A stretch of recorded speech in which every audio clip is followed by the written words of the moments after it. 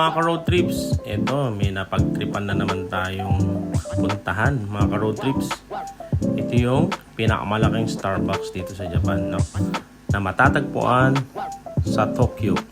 Medyo nalago pa nga kami dito guys, pa yung expressway.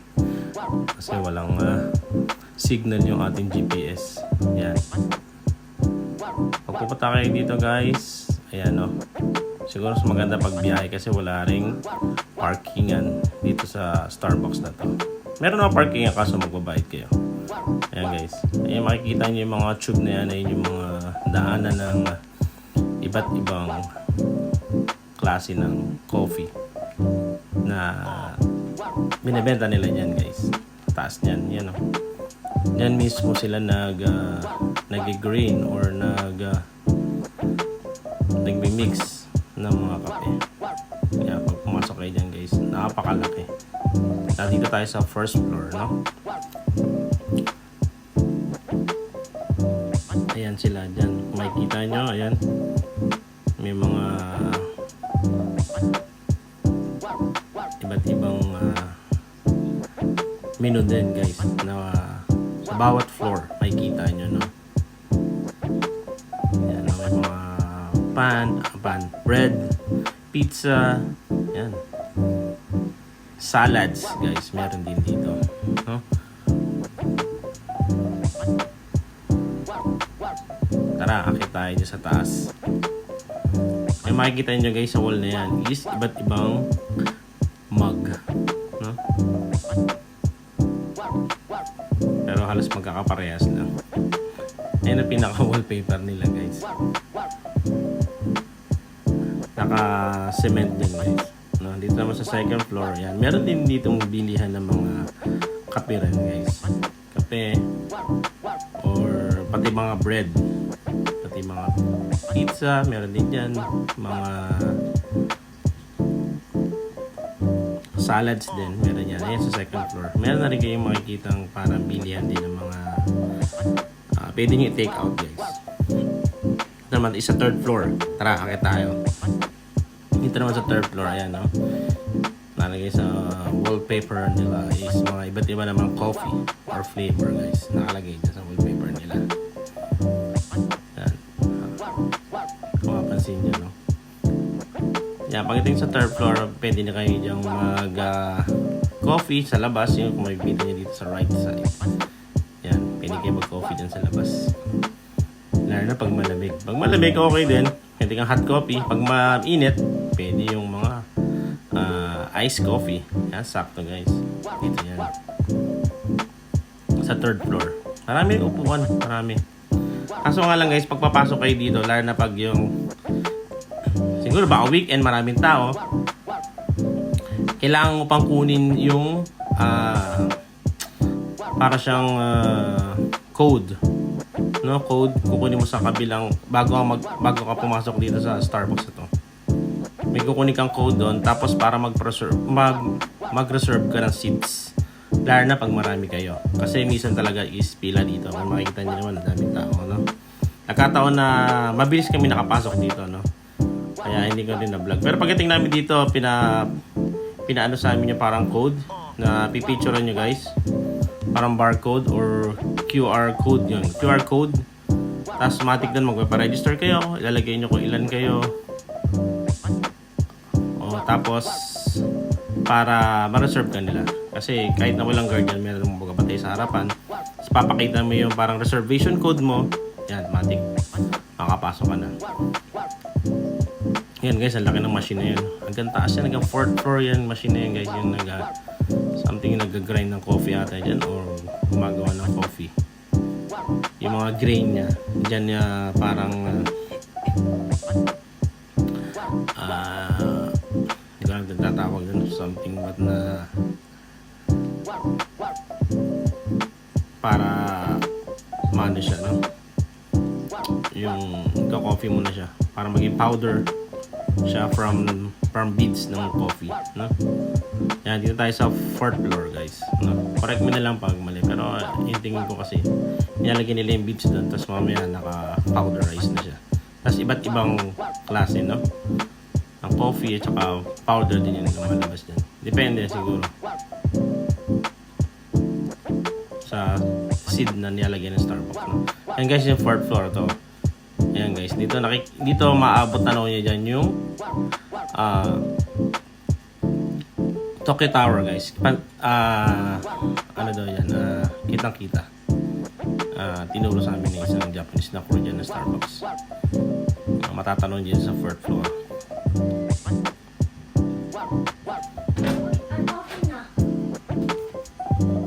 Ayan o guys, makikita nyo.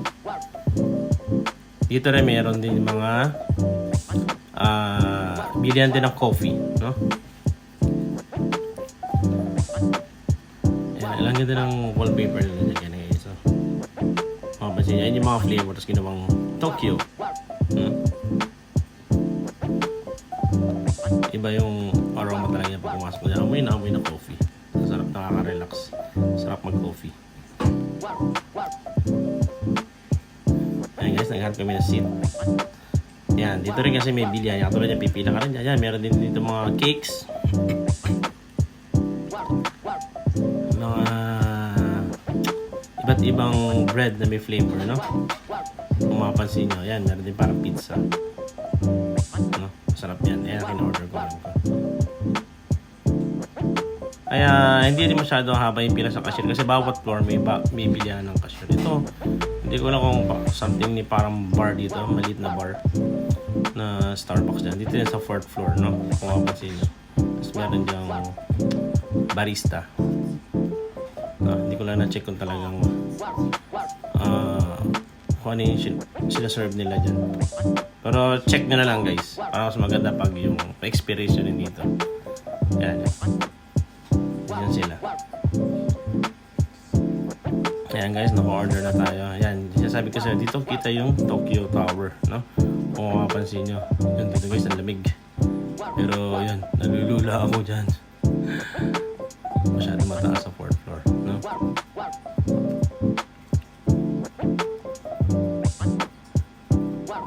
Kaya, panalo din dito guys. Sulit pa rin kahit na 2 hours ang biyahe. Pag magkakape ka is 2 hours. Oh, layo, no? Yan natin malapit iba na dito Starbucks sa amin. Kaso nga lang, syempre itong sister ko, si Sister Yab at si Misaki, dahil for ng Starbucks. Kaya ito, nag-tour naman sila dito. Yan, sinulitan natin. Kaya pinuntahan natin dito yung pinakamalaking Starbucks, guys. Yan. Meron nakapaligid naman ng mga parking dyan kung magsasakyan kayo. Pero for sure, malalayo mga parkingan dito. Kasi walang sariling parking yung Starbucks. Correct me na lang kasi tinuro kami sa malayo eh. Kung naghahanap kami ng parking eh. Maghanap daw kami doon. So, tinry ko mag-google. Kaya yun. Nakahanap naman kami. Sakto, meron 2 slot. Kaya nakapasok kami yan. Guys, enjoy yung coffee dito sa Starbucks. Napakasarap. Meron katikman dito yung order nila eh. Meron may foamy yung in-order nila sa akin dito. So bagay, pag nag-Starbucks ako dito, nag-Starbucks kami madalas easy malamig. No? Yan. Dahil winter, ginadala ko na Starbucks talaga ng mainit na kape dyan. Yan, first time din ako dyan nagkape ng mainit. Puro na lang yung Starbucks na iced coffee. Or yung flavor nila, no? Yung something na gano'n yung choco. Ayan, first time ko na nakainom dito ng hot coffee dito sa Starbucks to with my sister Mel and Misaki. Kasama pala si Kenji at Seijiro, no? Ayan.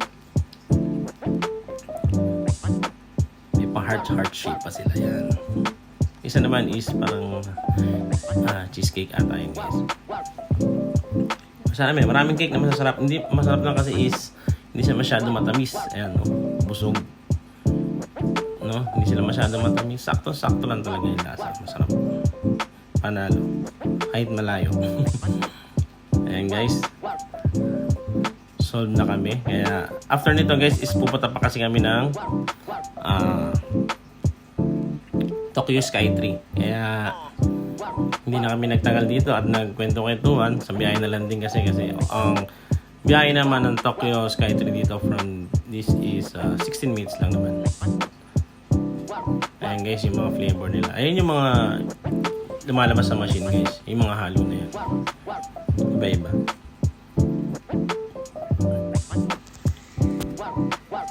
No, ayan, nasa 4th floor tayo. Sa AMU Lounge. Yan, iba-iba guys. Iba't ibang floor, iba't iba rin yung sinaserve nilang pagkain.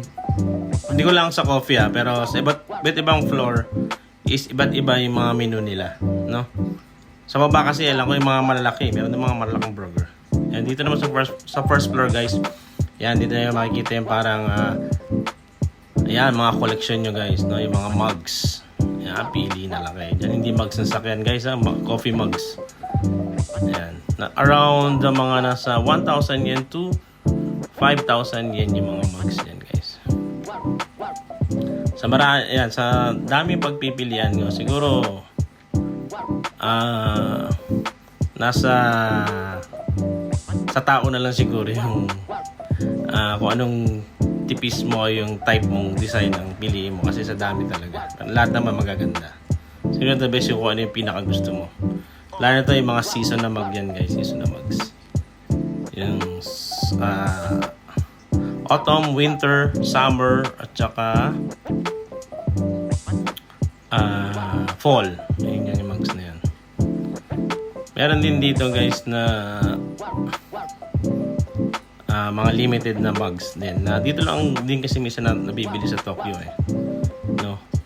Kaya ayan, yung dalawa kasi may ligmang kolekta. Katulad nito, limited yan na mug. Ngayon 2004 lang nilabas yun yung mug na yung dalawa, yung black and gold.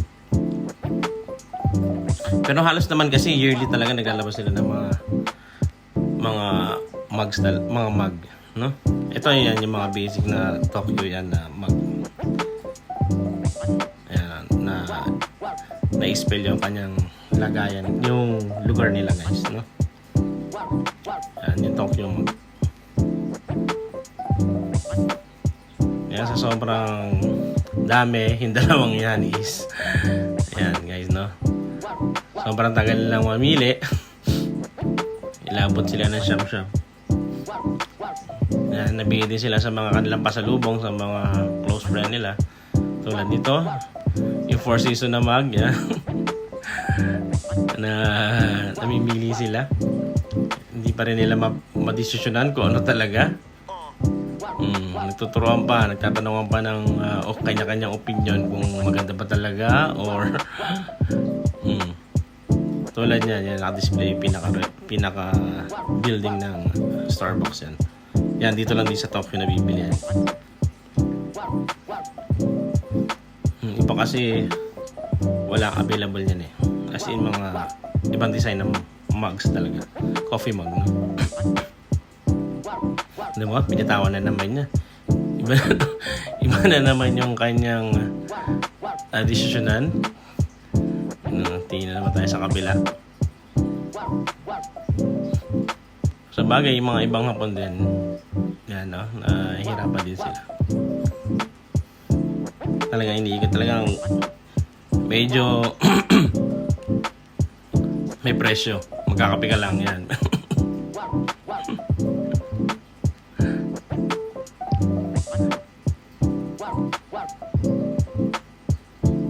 Ayan, halos na lahat naman may stock sila yan, kaya ayan, hindi ko makanda o gaga yung dalawang makapili dahil marami magpipilian. Ayan, sa wakas nakapili na sila ng kanila. Kinuha nila is yung 2024 ba? 2023 na collection bag yan, yung black and gold. Dito rin guys, pwede kang umorder ng kape, yung powder, di pa nakakanaw. Yan, pwede kang umorder dyan. Pwede mo take out. Para kung namimiss mo yung mga solid na parang barakong kape is yan. Na ikaw mag-miss mo magtitimpla. Yan, pwede kayong bumili niyan.